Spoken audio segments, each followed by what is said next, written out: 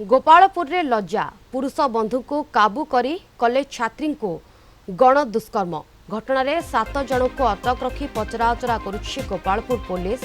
पुरुष बंधु सहित गोपालपुर बेलाभूमि बुलिबा को जाइथिबा बेले युवती जनक गण दुष्कर्मर शिकार होइथिले। एने युवती जनक गोपालपुर थाना रे अभियोग करिसेंते। घटनार अधिक तदंत चलाइछि गोपालपुर थाना पुलिस। 7 जन को थाना रे अटक रखी पचराउचरा करा जाउछि। आउ 3 जन एबे भी फेरार अछंती। पीड़िता को मेडिकल परीक्षा पाई एमकेसीजी मेडिकल कॉलेज और हॉस्पिटल को पठा जाइछि। पुलिस सूचना अनुसार जिला बाहरर जड़े युवती ब्रह्मपुर एक शिक्षा अनुष्ठान में युक्त 3 अध्ययन करुछंती। रविवार अपराह्न से निज पुरुष बंधु सहित गोपालपुर बेलाभूमि को बुली आसी संध्या प्राय 7टारे पांथ निवास पछपट बेलाभूमि रे उभय बसिथिबा बेले हिंजिलीकाटू समेत अन्यान्य अंचलर 10 जन युवक सेमानंकु घेरी जाई प्रथमे असदाचरण करथिले। परे पुरुष बंधु को किछि युवक काबू करी युवती को गणदुष्कर्म करथिले। एही घटना उपरे सामाजिक माध्यम रे तीव्र प्रतिक्रिया प्रकाश पाइछि। स्थानीय लोक माने दाबी करुछंती जे गोपालपुर बीच रे आलोक व्यवस्था प्रहरी नियुक्ति और सुरक्षा वृद्धि हेबा आवश्यकता रहिछि।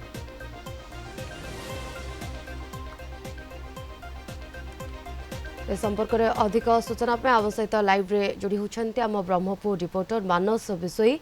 मानस ये जो लज्जाजनक घटना सामना को आसुछि ये घटना तो वर्तमान समय तदंत चली अधिक अपडेट बाबद कौन आसीपारुछि मानस?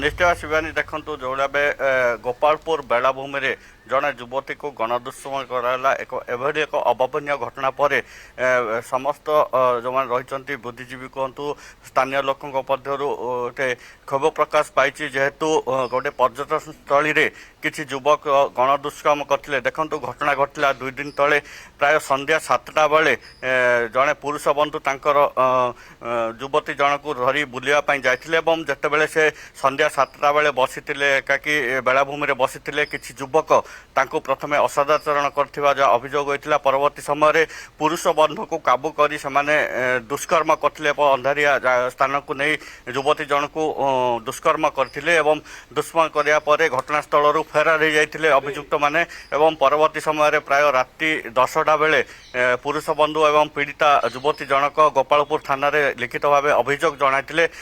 पुलिस गुरुतर सह नहीं तुरंत कार्यानुष्ठान ग्रहण करथिला एवं पुरुष बंधु को नहीं विभिन्न स्थान में चढ़ाऊ करथिला। चढ़ाऊ बेले किसी युवक गोपालपुर निकट ढूरा छकरे मध्य से रही एवं 2 जन को चिन्हट करिया परे पुलिस काबू करथिला और अन्य माने घटनास्थल फेरार हो जाइतिले। एभली भाबे पुलिस तुरंत कार्यानुष्ठान वर्तमान जड़े दुष्कर्मकारी और अन्य माने जो माने सहयोग करथिले 7 जन को वर्तमान गोपालपुर थाना पुलिस अटक रखी और पचराउचरा करछि। सेपटे पीड़िता युवती जे रही से बाहर जिलार रही एवं से गोपालपुर बुलियापाई जाइतिले जेहेतु ब्रह्मपुर एक घरोई कॉलेज रे से पाठ पढ़ुवा जहाँ पुलिस पक्ष सूचना मिली एवं से बुलवा जाइए दुष्कर्मर शिकार होते एवं घटना पर वर्तमान पुलिस विभिन्न दिगक तदंत करते घटनास्थल घटना घटार किछ समय पर पुलिस कार्यानुष्ठान नहीं 2 जन युवक काबू करथिला एवं परवर्ती समय पुलिस एक टीम गठन करथिला स्वतंत्र टीम गठन करी जो अन्य माने जो मान रही 10 जन ना अभियोग जो होता 7 जन को काबू करछि एवं अन्य मान को हिंजिलीकाटू अंचल जहाँ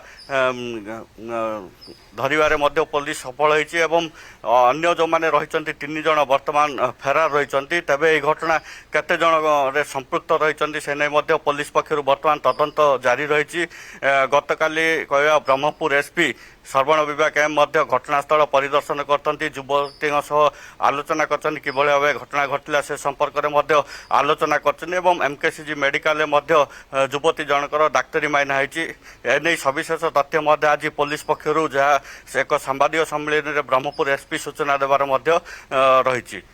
निहाती मानस ए विषय सविशेष तथ्य आसीबो एसपी सूचना बाबद तो देबे किंतु घटनार वर्तमान समय तदंत चली 7 जन को वर्तमान समय अटक रखा जाइछि। ये लज्जाजनक घटना एक प्रकार वर्तमान समय चांचल्य सृष्टि करिछि। धन्यवाद मानस आपणकर सविशेष सूचना पाई।